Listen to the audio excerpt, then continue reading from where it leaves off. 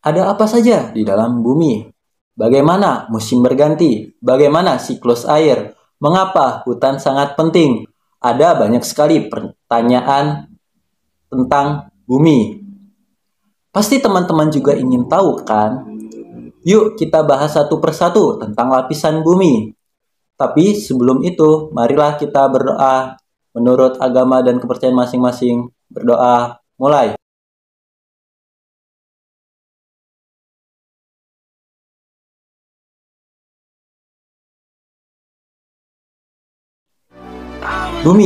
Bumi terdiri dari 3 komponen utama, yakni komponen gas atau atmosfer, komponen padatan atau litosfer, dan komponen air atau hidrosfer. Selain itu, bumi memiliki komponen lainnya, yaitu bumi bagian es atau kriosfer dan bagian bumi di mana tempat berlangsungnya kehidupan yang dinamakan biosfer. Berikut ilustrasi bumi jika dibelah.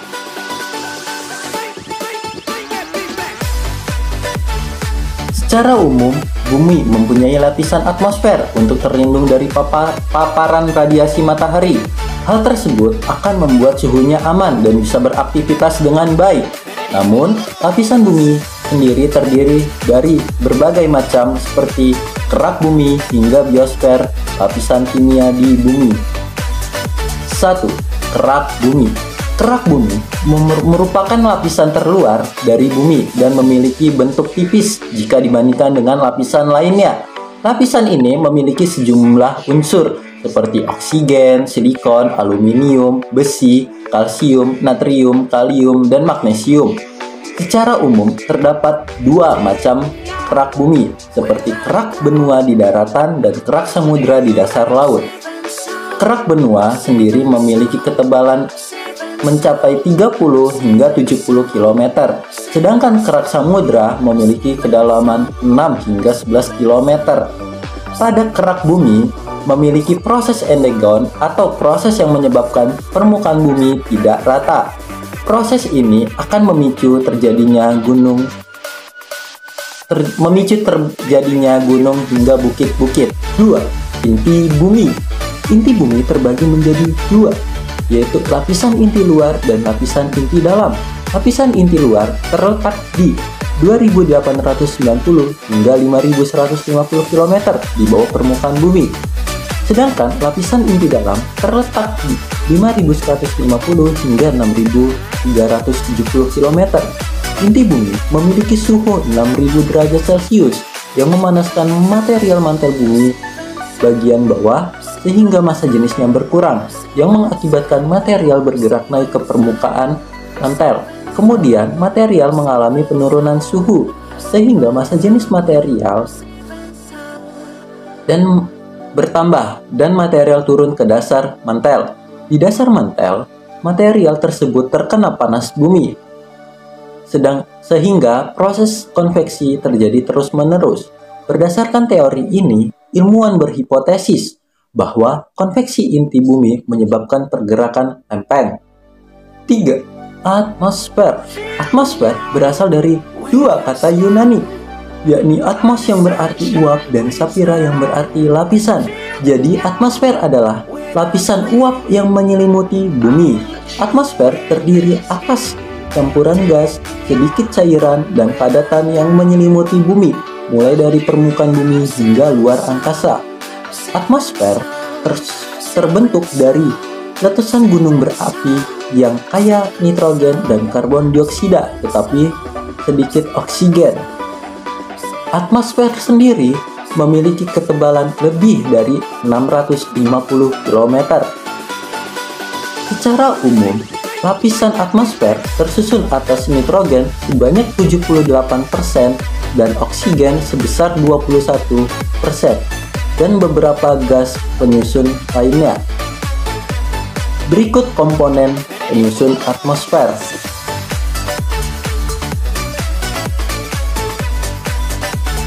Atmosfer tersusun atas 2 bagian bawah yang terdiri dari troposfer dan stratosfer. Bagian bawah terdiri dari mesosfer, termosfer, dan eksosfer. Berikut ilustrasi lapisan atmosfer.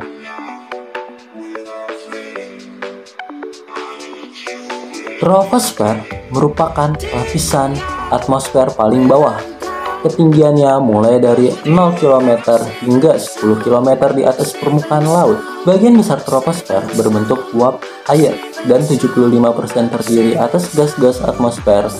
Troposfer merupakan tempat berlangsungnya sistem bumi seperti hujan, angin, salju, awan, dan aktivitas makhluk hidup lainnya termasuk manusia.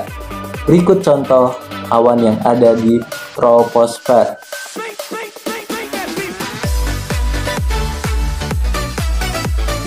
Stratosfer memiliki ketinggian antara 10 hingga 50 km di atas permukaan laut.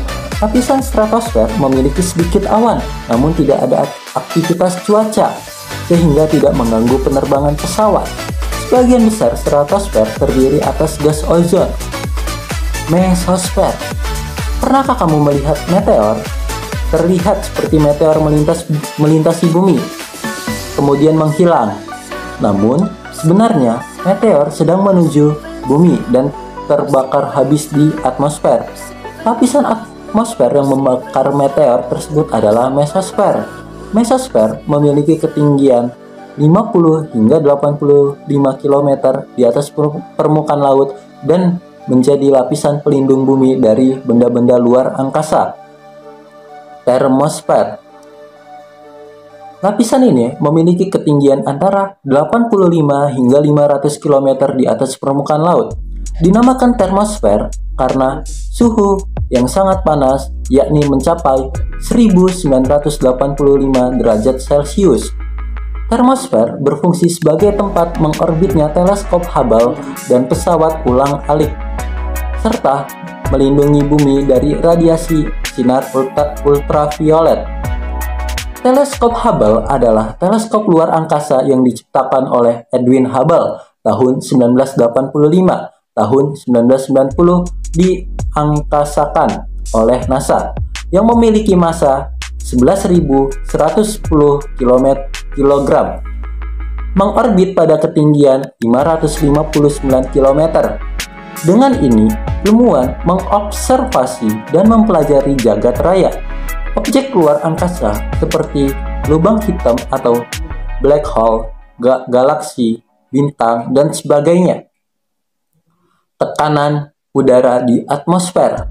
Udara yang ada di atmosfer memiliki sebuah tekanan udara yang menekan permukaan bumi. Besarnya tekanan udara menurun seiring dengan bertambahnya ketinggian suatu tempat. Di atmosfer terdapat lapisan ozon yang melindungi bumi dari radiasi sinar ultraviolet. Perlu diingat bahwa sifat zat adalah memiliki massa. Gas di atmosfer juga memiliki massa. Atmosfer menyelubungi bumi hingga ratusan kilometer di atas permukaan bumi. Gravitasi bumi akan menghasilkan gaya tarik molekul gas yang mengarah ke permukaan bumi, sehingga berat molekul suatu gas akan menekan suatu udara di bawahnya. Akibatnya, molekul udara di dekat permukaan bumi lebih rapat. Udara yang memiliki kerapatan tinggi akan menghasilkan gaya tekan yang besar pula. Gaya yang diberikan pada suatu daerah disebut tekanan. Berikut ilustrasi molekul udara berkurang sesuai ketinggian.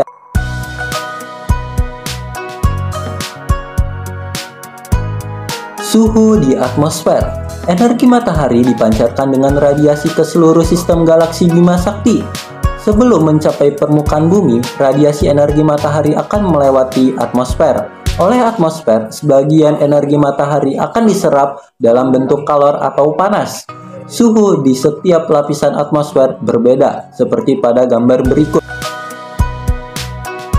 Lapisan troposfer memiliki suhu antara minus 52 derajat Celcius hingga 17 derajat Celcius. Bagian terendah dari stratosfer memiliki suhu paling hangat karena permukaan bumi menyerap energi radiasi matahari kemudian menyalurkan ke udara di atasnya. Pada lapisan mesosfer, semakin tinggi maka temperaturnya semakin rendah karena mesosfer tersusun atas molekul gas yang sulit menyerap energi matahari. Lapisan termosfer dan eksosfer merupakan lapisan pertama yang menerima radiasi energi matahari dan memiliki jumlah molekul yang sangat sedikit. Namun, molekul pada dua lapisan ini sangat efektif menyerap energi matahari. Akibatnya, semakin tinggi ketinggiannya, semakin besar pula temperaturnya. 4. Hidrosfer. Hidrosfer berasal dari kata hidros yang berarti air dan sapphira yang berarti selimut. Hidrosfer adalah lapisan air yang menyelimuti bumi. Hampir 70% bagian bumi terdiri atas air. Secara umum, lapisan hidrosfer terdiri atas lautan, danau, sungai, air, serta uap air. Air di bumi memiliki siklus hidrologi yang merupakan proses daur ulang air secara terus-menerus. Berikut ilustrasi hidrologi.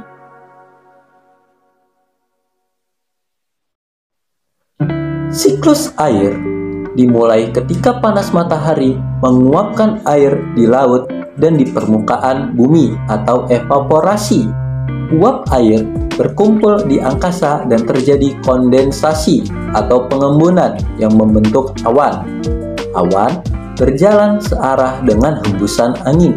Jika awan sudah tidak dapat menampung uap dari evaporasi, maka uap air turun sebagai hujan. Air hujan akan mengisi cadangan air yang berada di permukaan bumi. Proses ini berlangsung terus-menerus, akan tetapi curah hujan terkadang rendah atau sedikit dan terkadang tinggi. Apabila curah hujan tinggi, simpanan air di permukaan bumi seperti waduk, danau, dan sungai meluap sehingga berpotensi banjir. 5. Litosfer. Litosfer berasal dari bahasa Yunani yaitu litos yang berarti batuan dan sapphira yang berarti lapisan. Litosfer adalah lapisan batuan yang ada di bumi. Dalam pengertian yang sangat luas, litosfer diartikan sebagai seluruh bagian padat bumi termasuk intinya. Struktur ini terdiri atas kerak bumi, mantel, dan inti bumi, yang merupakan lapisan kerak paling luar yang merupakan batuan. Secara umum, litosfer merupakan lempengan yang bergerak sehingga menimbulkan pergeseran tanah atau benua. Salah satu bagian dari litosfer adalah lempeng yang selalu aktif bergerak. Pergerakan lempeng tersebut diakibatkan oleh adanya aliran konveksi dari inti bumi.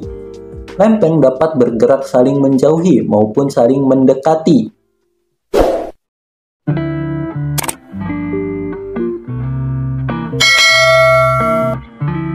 Ketika lempeng bergerak saling menjauhi, maka akan timbul patahan atau sesar. Jika lempeng bergerak saling mendekati atau bertumbukan, maka akan terjadi subduksi. Salah satu efek dari pergerakan lempeng adalah adanya gempa dan terbentuknya pegunungan berapi. Terdapat beberapa teori. Teori tektonik lempeng. Albert Wegener adalah seorang meteorologi asal Jerman yang mengatakan bahwa teori tektonik lempeng menganut bahwa di zaman dahulu semua benua di bumi ini menyatu dan membentuk daratan yang sangat luas. Sebutannya Pangea.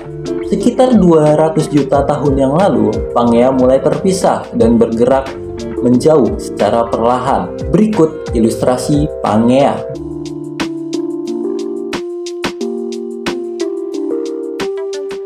Untuk mendukung teorinya, Wegener mengemukakan bukti-bukti yang mendukung teori continental drift miliknya, seperti 1. Kesamaan garis pantai Afrika bagian barat dengan Amerika bagian timur. 2. Kesamaan karakteristik hewan di India dan Madagaskar. 3. kesamaan fossil tanaman dan hewan di India, Afrika Selatan, Australia, Amerika Serikat, dan Antartika. 4. Kesamaan jenis dan struktur batuan di Amerika Selatan dan Afrika Barat. 5. Adanya bukit di tengah Samudra Atlantik. 6. Adanya pergeseran medan magnet bumi.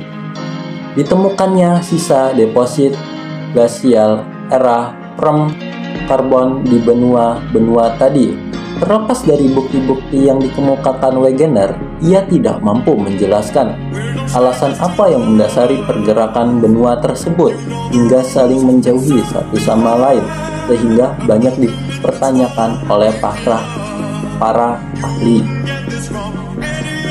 2. Teori gempa bumi dan gunung berapi. Gempa bumi sendiri diartikan getaran yang merambat melalui material bumi.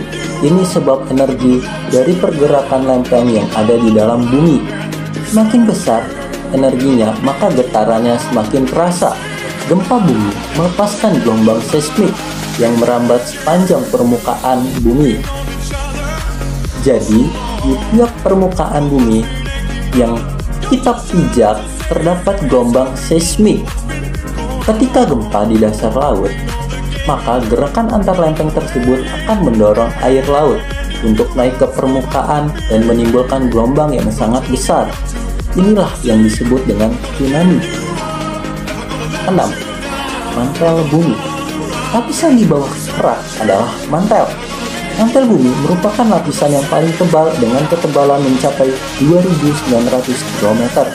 Mantel bumi disebut sebagai lapisan atmosfer karena berfungsi untuk melindungi inti bumi.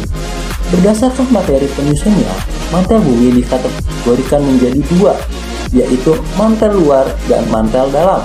Mantel luar lebih tipis daripada mantel dalam dan berada di sekitar 10-300 km di bawah permukaan bumi. Temperaturnya berada di 1400 hingga 3000 Kelvin, sehingga logam-logam di dalamnya sudah sangat mengeras. Sementara itu, mantel dalam berada pada kedalaman 300 hingga 2890 km di bawah permukaan bumi. Suhunya mencapai 3000 derajat Kelvin. Karenanya, mantel dalam tersusun atas logam cair. 7. Biosfer. Menurut etimologi, biosfer berasal dari kata bio yang berarti hidup dan sfer yang berarti lapisan. Jadi, biosfer adalah lapisan tempat tinggal makhluk hidup atau seluruh ruang hidup yang ditempati organisme. Biosfer merupakan lapisan yang dapat dihuni oleh makhluk hidup lainnya. Secara umum, biosfer mencakup daratan, air, udara, hingga interaksi lingkungan. Pada dasarnya, biosfer terdiri atas 3 lingkungan utama atau biosiklus, yaitu biosiklus darat, air tawar seperti sungai, danau, kolam, dan biosiklus air asin atau lautan. Secara rinci, Pak Tansley mengemukakan bahwa ekosistem meliputi komponen-komponen berikut ini. 1. Komponen biotik yang berupa makhluk hidup, terdiri atas tumbuh-tumbuhan sebagai produsen, binatang sebagai konsumen, meliputi herbivora pemakan tumbuh-tumbuhan, karnivora pemakan daging, omnivora pemakan tumbuhan dan daging, serta bakteri dan jamur sebagai penguras. 2. Komponen abiotik berupa makhluk tak hidup, meliputi iklim, bahan-bahan organik, berupa mineral-mineral yang terdapat di dalam batuan, tanah, air, dan udara. Contohnya antara lain karbon, nitrogen, karbon dioksida, air, oksigen, protein, karbohidrat, dan lemak.